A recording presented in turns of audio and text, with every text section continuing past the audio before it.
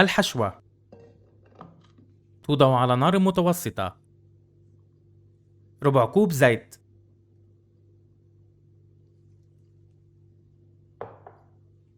يترك حتى يحمى جيدا. كيلوغرام لحمة مقطعة مكعبات. تقلى حوالي 10 دقائق.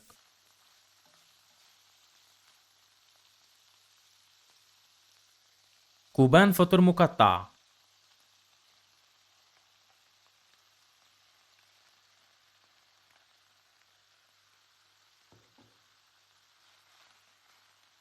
يقلب.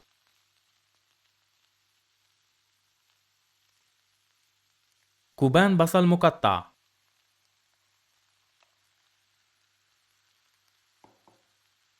تقلى حوالي 10 دقائق.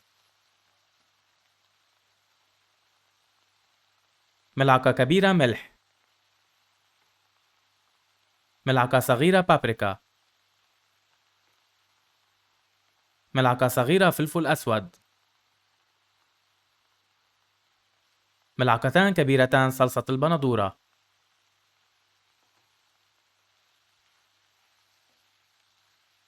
يقلب. نصف كوب ماء. يقلب. تغطى المقلاة وتخفف النار وتترك مدة 15 دقيقة ثم ترفع عن النار وتوضع جانبا.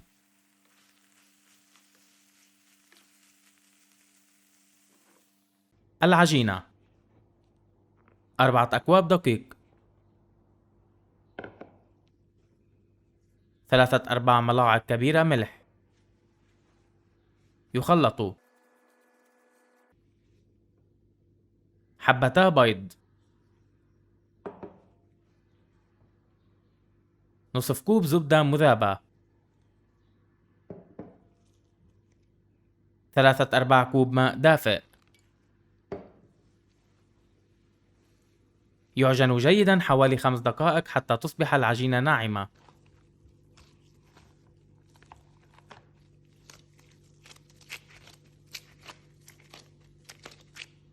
تغطى العجينة وتترك مدة 30 دقيقة.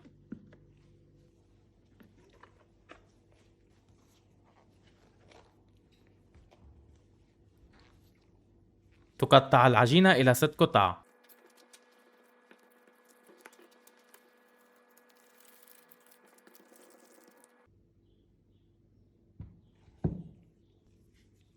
تغطى وتترك مدة 15 دقيقة.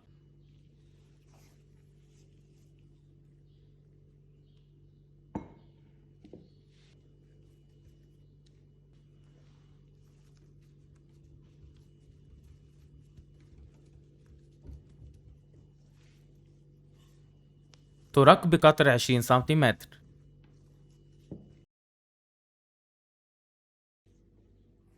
ملعقة ونصف كبيرة زبدة مذابة.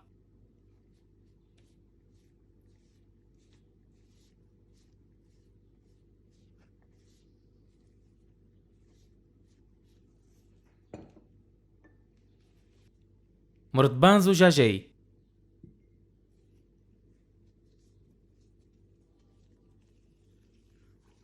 الوجه المدهون بالزبدة للأسفل.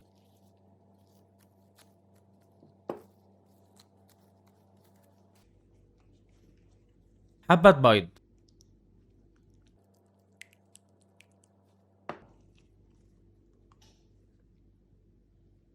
يدهن وجه العجين بالبيض من كل الجهات.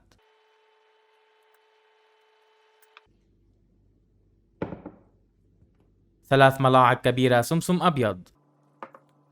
يرش السمسم على وجه العجين من كل الجهات. ملعقتان كبيرتان حبة البركة. ترش حبة البركة على وجه العجين من كل الجهات.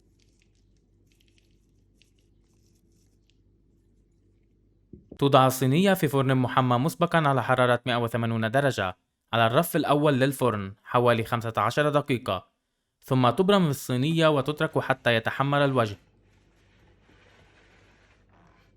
تترك لتبرد.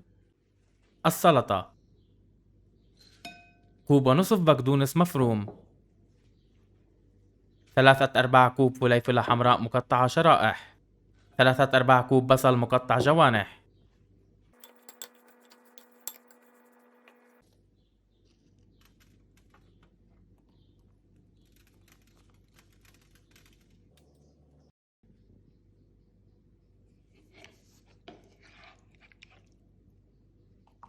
تملأ أطباق الخبز باللحم المقلي مع الفطر وتوزع سلطة الخضار فوق اللحم وتقدم.